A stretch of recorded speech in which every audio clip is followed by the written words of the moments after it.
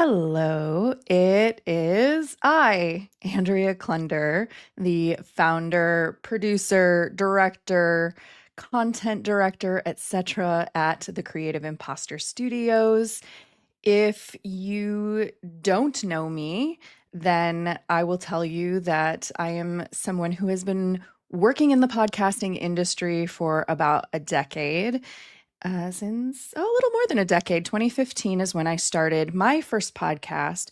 And when I say working in the industry, I don't actually mean working for any media companies or public radio or anything like that. I mean in the indie space, in an independent capacity, is where I have been working in this industry. I started with a simple idea for a podcast, which is the podcast I still have to this day, The Creative Imposter.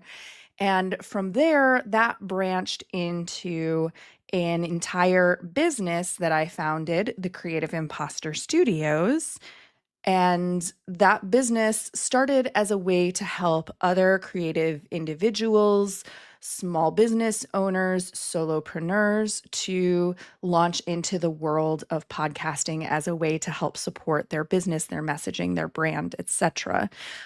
From there, that scaled into working with larger nonprofit organizations who wanted to also have a podcast to help build community engagement, to amplify their mission and their messaging. In some cases, it was related to grant reporting and funding and communicating with donors and board members about the good mission driven work that they were doing. And the business itself has sort of taken some twists and turns and manifested itself in a way that I wasn't always necessarily consciously driving. Like, I never started the Creative Imposter thinking that I was going to edit podcasts for other people, for example, until someone asked me to. And then I was like, yeah, let's do that.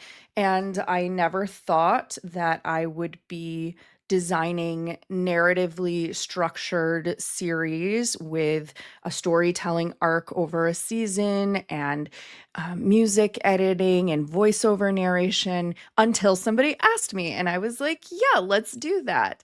And over the years, I have just constantly adapted to what the need is in the marketplace and what people have been asking me for. This has sort of been my MO for a long time, no matter what field or what area of work I have been in. I'm sort of a person who responds to, I'm interested in this thing.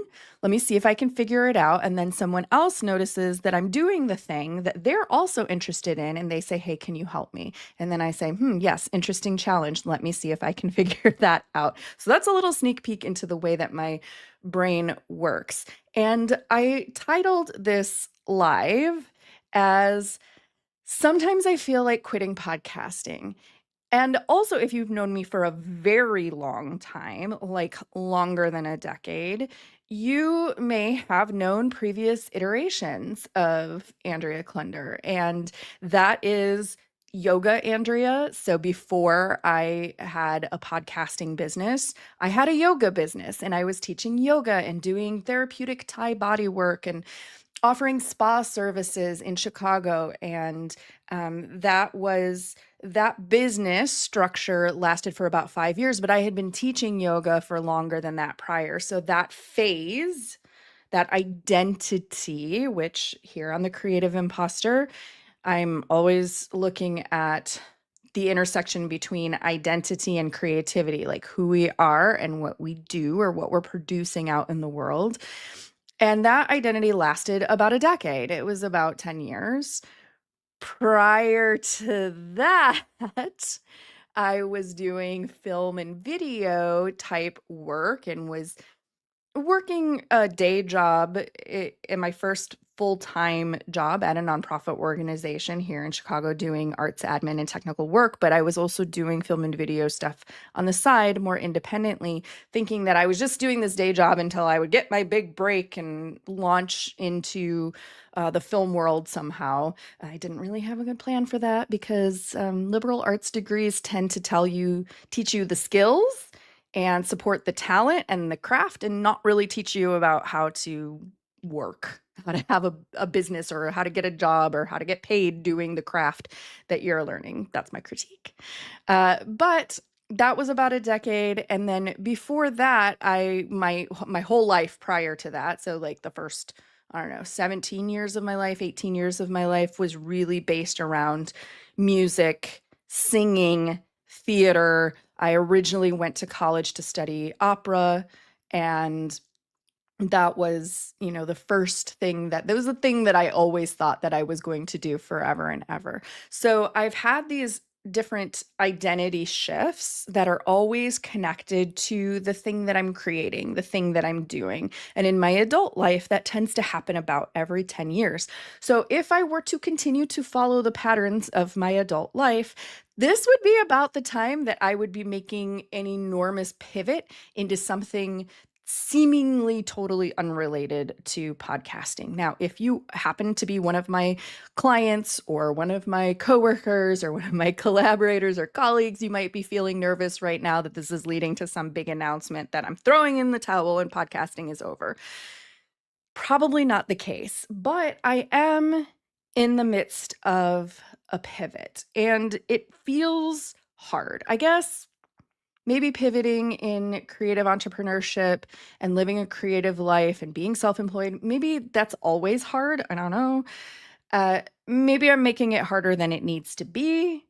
Maybe I am my own problem, but it feels hard for a number of reasons. And I'm going to get super real with you here, which is that today I did not feel like doing a live stream.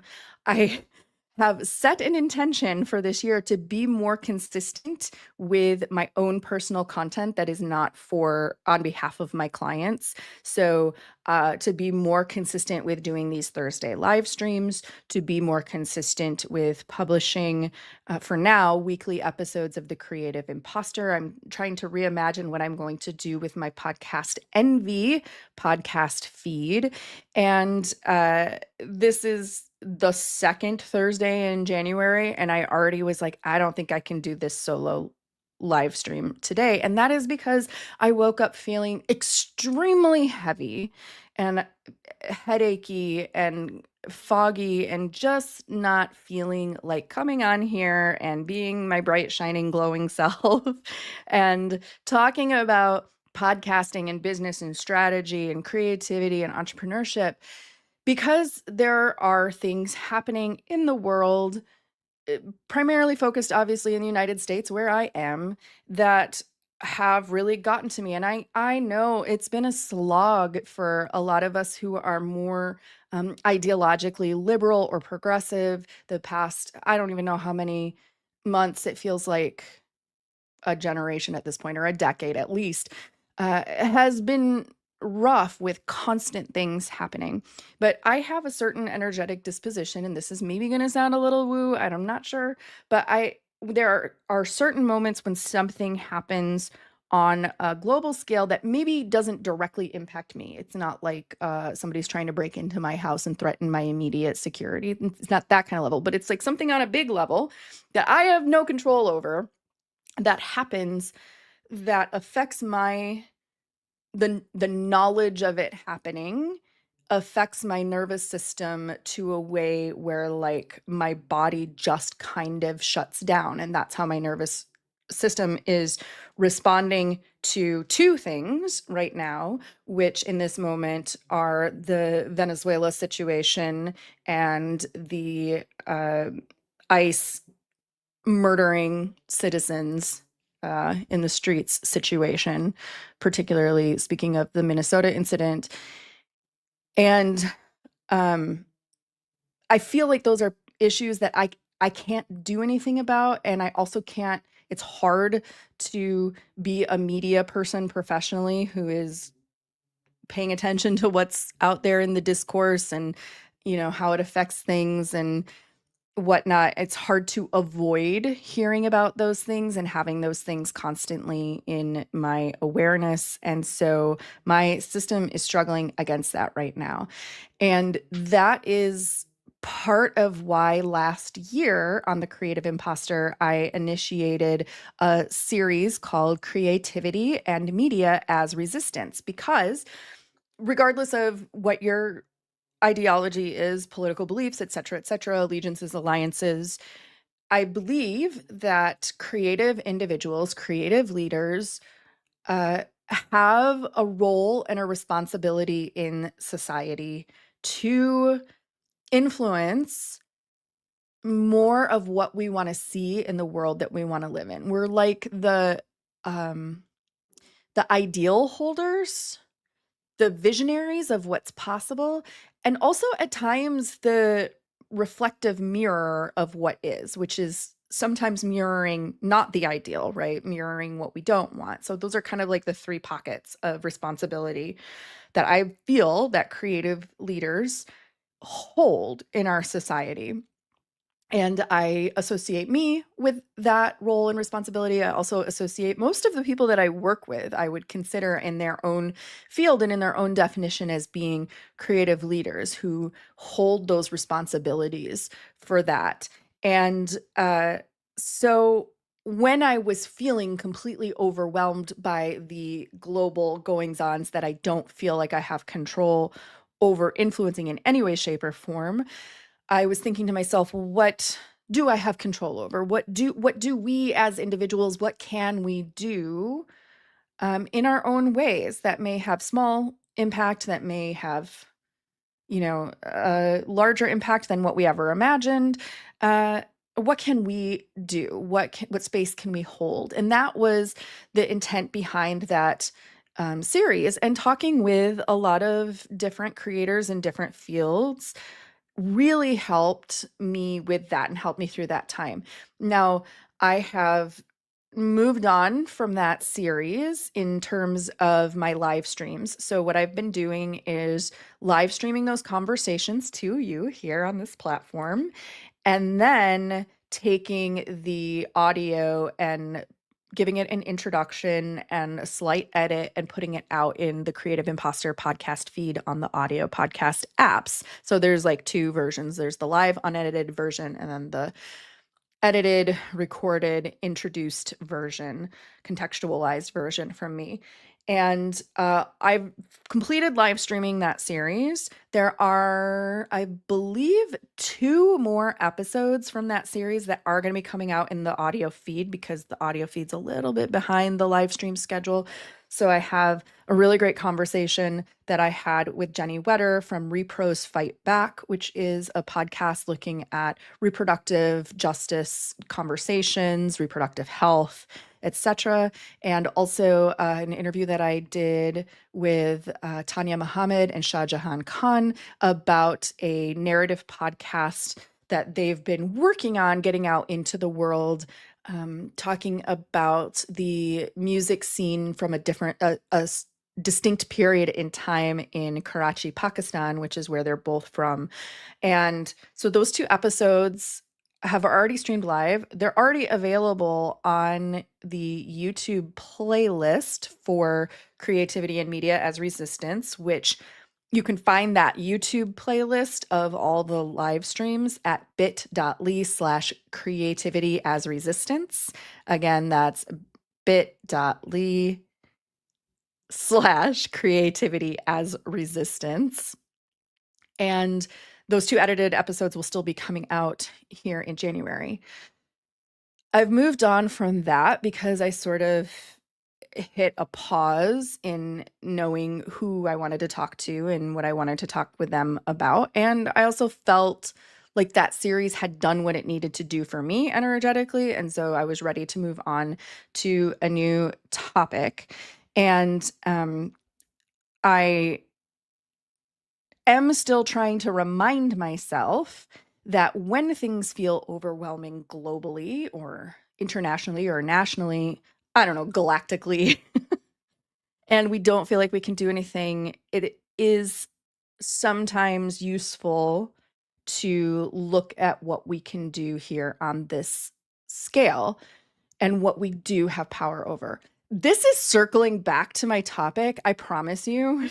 I could have scripted this, it would have been much more concise, but as some of you may know, I am more of a verbal processor. And so speaking this out to you extemporaneously, what's been rolling around in my brain for the past month or so, is helping me to formulate this into a cohesive narrative, which is that very reason of being of influence and being of service for creating the world we want to live in on an individual scale, on a micro scale within our own communities and within our own reach and sphere of influence, is the exact reason why I am not quitting podcasting right now.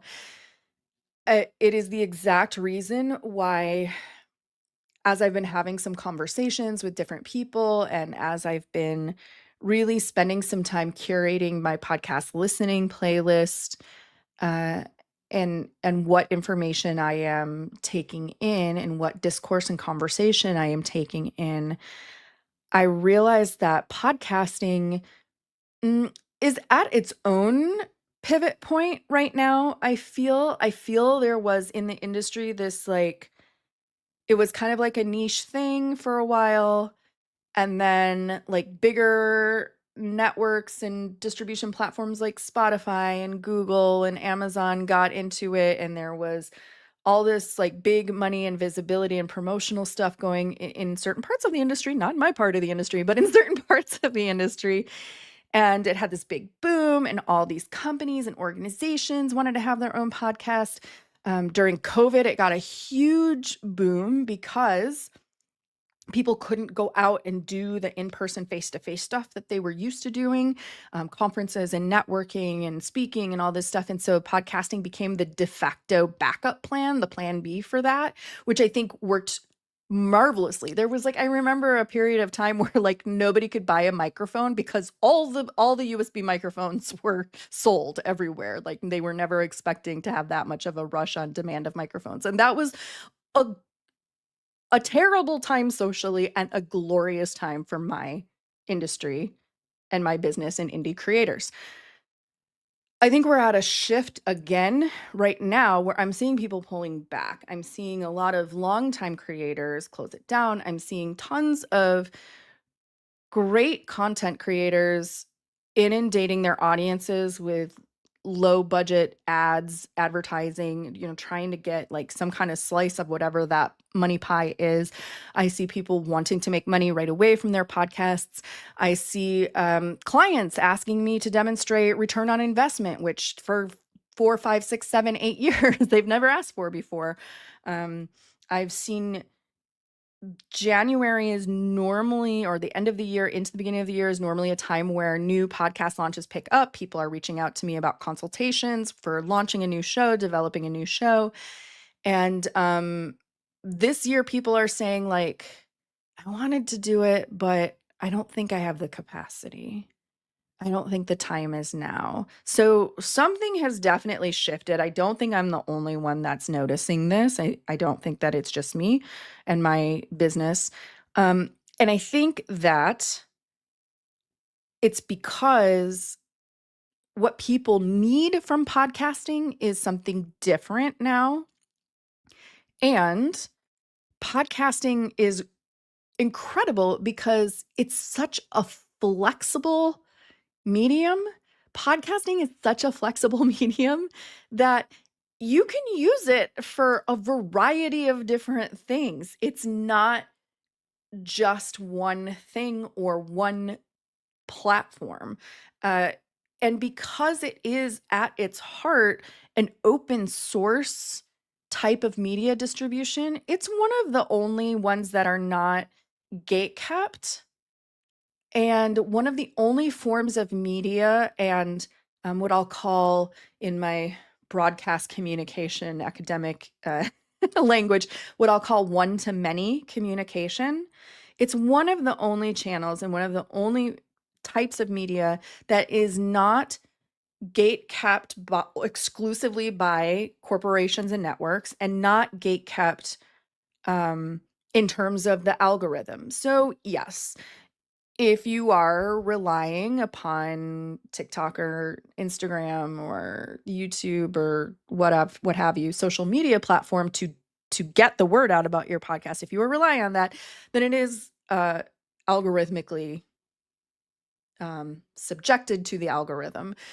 But the RSS feed, the type of technology and code that allows your podcast to go to Apple Podcasts and Spotify and all the other third-party platforms, that is yours. That is controlled by you. And when someone subscribes to or follows, depending on the languaging of the app, your feed, your show in that podcast app, the app doesn't decide whether or not you see the next episode when it comes out.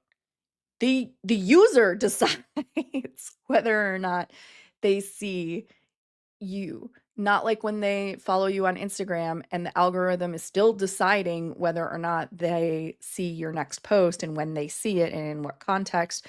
That's not the case with the podcast. And so podcasting is that channel, that medium, that opportunity to create your influence and to be seen and heard for what you want to be seen and heard for. So I am in the middle of a pivot.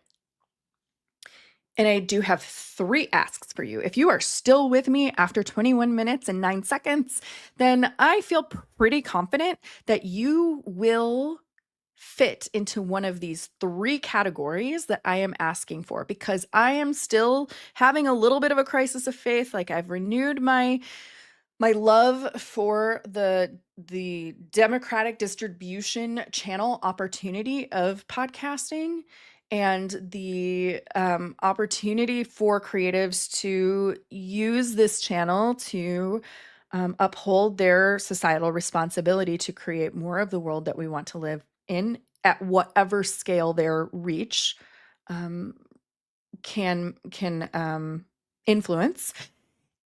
And but I still need some support. I can't just sit over here in my office and do it alone. I just can't. So here are the 3 things that I am looking for. Number 1, I am looking for you, if you have a podcast, you are already podcasting, and your podcast, no matter how long you've been doing it, 6 episodes, 10 years, whatever it is, you have gotten a specific benefit, a specific success that you can confidently attribute either in full or in part to your podcast. What I am not looking for is, oh, I grew my podcast from 0 listeners to 10,000 listeners. That's great. Awesome. Congratulations. Yay. But what I want to know is, what is the win, the success, the outcome of doing that? Some examples might be a book deal. Some examples might be launching a speaking career from your podcast. It could be that you were able to get hired by someone else partly because of your visibility on your podcast. It could be that you were able to influence a group of people to do an awesome thing because of the podcast. It could be a story that you have of someone in your audience whose life was fundamentally changed because of the work that you are doing in the world. There's so many different possibilities, and I am collecting those very specific stories. I want to know what successes, what wins, what amazing things have happened in part or in full because of your podcast. So those are number 1 people. I want you to reach out to me. You can DM me on whatever platform that you're on, or you can send an email to andrea@infuselife.net. Let me put it up on the screen. Why, StreamYard, are you putting things on a 10-second timer? Ugh. Andrea@infuselife.net to email me, or you can DM me. The second thing, or actually what I will say, another way that you can reach out to me is if you use this form, which is for category number 2 of the help that I need. You can actually book a time directly on my calendar to tell me about your podcasting success. This is at bit.ly/powerfulpod, bit.ly/powerfulpod. And this form is actually designed for category number 2 of people that I'm looking for. Category number 2 is if you have a podcast or you've been thinking about creating a podcast for a while, but you are stuck somewhere. So whether you're already podcasting or you're thinking about a podcast, you're stuck. You're stuck on a question, a concern, a worry, a mystery. Um, you feel like you need some outside perspective to get you to that next stage of whatever it is that you're working on. That is person number 2 that I want. You have a podcast or you're thinking about podcasting and you're stuck somewhere and you're looking for what is next. How can I get past this point, and move forward? That's what this form, bit.ly/powerfulpod, is for you to schedule a 30-minute time with me. It is one-on-one time. It is completely free. There is no obligation, and it is not a sales pitch. I am not going to pitch you on my services. If you ask me about services, I can tell you about them, if you're curious, if that might be helpful for you. But it is literally just a consultation to see if we can get you over that hump into the next step, to give you some outside expert perspective. So that's what that is for.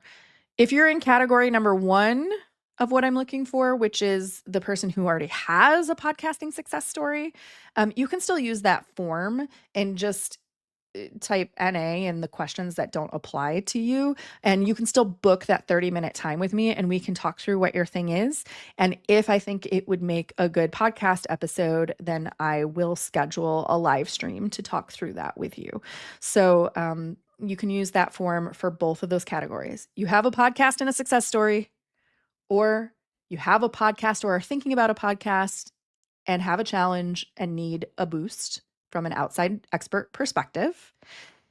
And the third category is a little more broad, a little more general. It is not directly related to podcasting, but it is related to creative identity and what we put out into the world and creating the world that we want to see. And that is my new series that I am doing here now that we're shifting out of creativity and media as resistance. And that new series is When Your Art Becomes Your Job. When Your Art Becomes Your Job. You can find the live stream playlist. We've already done a couple of conversations on this series. You can find that playlist on YouTube with the live streams at bit.ly/art versus job, bit.ly/art vs job. And I am looking for people who, I'm defining art as the thing you create, the thing you're passionate about, your mission, the thing that you believe in, the thing that you used to do for fun and enjoyment that you found a way to turn into a paycheck for better or for worse. And I'm defining job as a job inside of a company or organization or a business or something that you do that becomes a consistent responsibility or obligation. So even if it is that you turned your art into a podcast and you're not making money directly from that podcast, but you still are showing up consistently with a set expectation of podcasting about this topic, that's who I want to talk to. And I want to talk to people very candidly who are open to being honest and vulnerable about the best parts of doing that and the worst parts of doing that. As someone who has done that multiple times, I can tell you that I can't imagine doing my life any other way.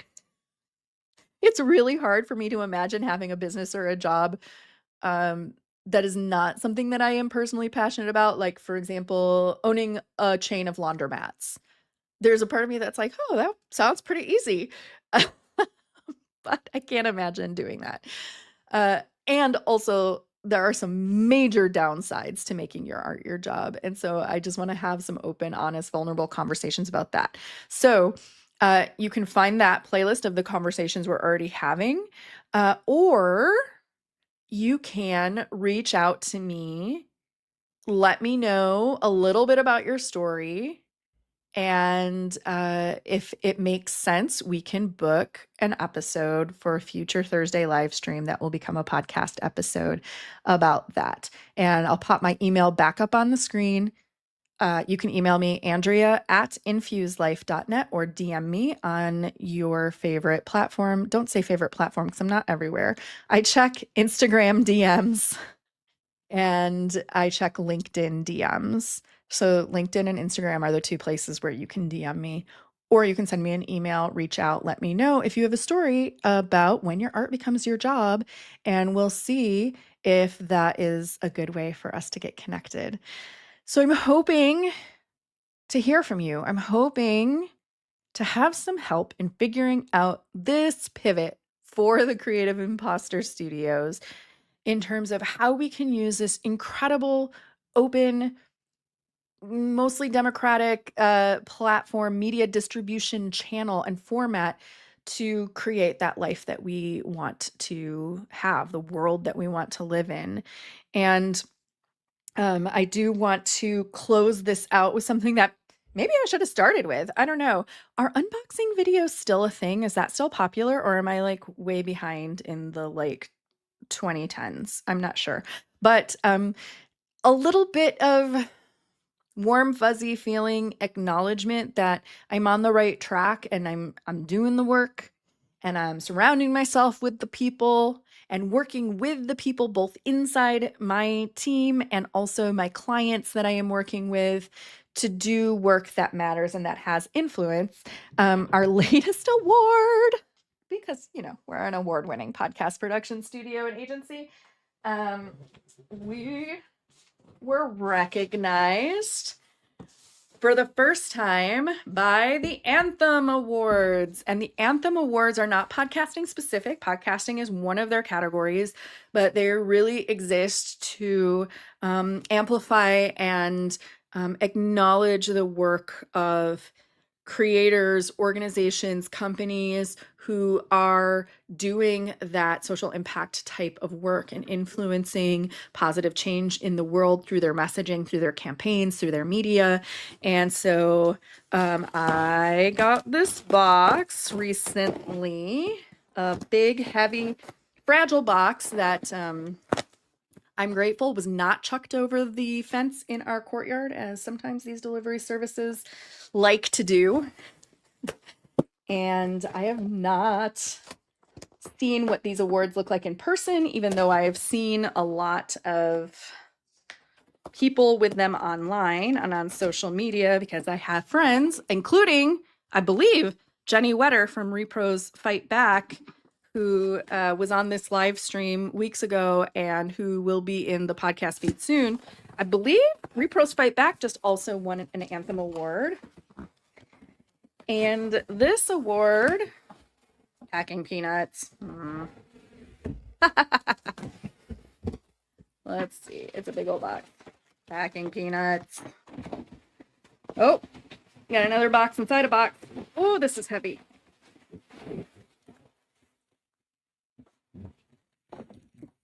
Are these unboxing sounds ASMR, or are they terrible? I don't know what it sounds like. I don't have my headphones on. One more box. So this award was for a podcast that we produced an initial season of, that we're hoping to have subsequent seasons of, a podcast called Sounds Current. Let me actually put this up on the screen. This was for Sounds Current. Oh, Lord. I seriously, StreamYard, if you are listening to our streams, I don't like these 10-second banner timers. Okay. Sounds Current podcast, which you can find in your favorite podcast app, was created by the Del Sol Quartet, which is a contemporary chamber music string quartet based out of the San Francisco Bay Area. And they wanted to use podcasting to tell the story of how they commissioned and did a world premiere and several subsequent performances of a new oratorio, which now has multiple musical formats, called Angel Island. That is about the history and present day implications of one of the biggest immigration detention centers, which was on Angel Island in the San Francisco Bay, which is now a state park and memorial. And it was a detention center in the early part of the 1900s, primarily for Chinese immigrants into the US, who were leaving China for all sorts of reasons. And man, it's past, it's history, but it's still rippling into implications of modern day. And it's a fascinating story. It's historical, it's creative behind the scenes of making this new piece of art. There's a lot of personal narrative and family history in there. It's a really great 4-part season with some bonus interview content after the fact. And we have gotten a lot of recognition for this podcast. So I'm hoping that we are able to tell some additional stories through this medium and through this feed and channel. Again, that sounds current on your favorite podcast platform. And this was our latest recognition. Ooh, look at this fancy box. I have a problem with whenever we get an award and it comes in a fancy box like this. And obviously I take the award out of the box. I don't want to throw these boxes away, but I don't know what to do with them. This is a big problem. Anyways, they just feel too nice to get rid of. I mean, come on, satin lining inside. You can't throw this away. I don't know what to do with that. All right, here we are. Care instructions in our little chamois cloth. Here it is in the box. This looks gorgeous. Y'all. What? This is this is giving Signal Awards a run for their money. I love how this award looks. It's so cool. Okay, here's the question. Did they get the plate right? 5th Annual Anthem Awards 2025 Silver winner, awareness categories, podcast or audio. This trophy I ordered for our technical director who did a lot of heavy lifting on this show, Edwin R. Ruiz. He did great audio work, a lot of consulting on the sound design and tweaking so many tracks of audio to get those sounds just right. So Sounds Current, Angel Island. This is Edwin's trophy. And I am guessing that the second box that's in there is my trophy. So I am in love with this award. It's so pretty. Do you think I should set up a shelf in my background instead of having this screen here? Should I put a shelf here that has that award on it? I should. In any case, thank you to the Anthem Awards and thank you to Del Sol Quartet. Thank you to everyone who worked on this show and to everyone who made it possible. I do encourage you, if you haven't listened to it, go listen to it. It's just 4 episodes, less than 4 hours of your life. And I think it's a really enjoyable and interesting listen. So for someone who did not want to do a live stream today, I talked for a long time. I always think I'm going to do a short solo, and then it ends up being like 40 minutes. Okay, so please, if you are listening to this, if you're watching this on a platform like YouTube or like LinkedIn, reach out to me. Let me know if you are one of those 3 people that I need to connect with, or if you have an introduction to someone that you think I should connect with. That would be fantastic. Again, you have a podcast and you have a specific measurable success result that you can tell me about related to your podcast. You have a podcast or are thinking of a podcast, but you are stuck somewhere and need some free 30-minute consultation from an outside expert source, me. Or 3, you want to talk on The Creative Imposter about when your art becomes your job. So if that's you or if that's someone you know, please reach out, make the introduction, etc., etc. You can always learn more about the services that we're offering for podcasters and for creatives at thecreativeimposter.com. And This is the live stream version. This will be coming out in the podcast feed as a lightly edited audio version in a couple of weeks. And if you're listening to the audio version of this, please know that invitation is still standing for people to reach out to me on these various topics. And I don't know. I'm honestly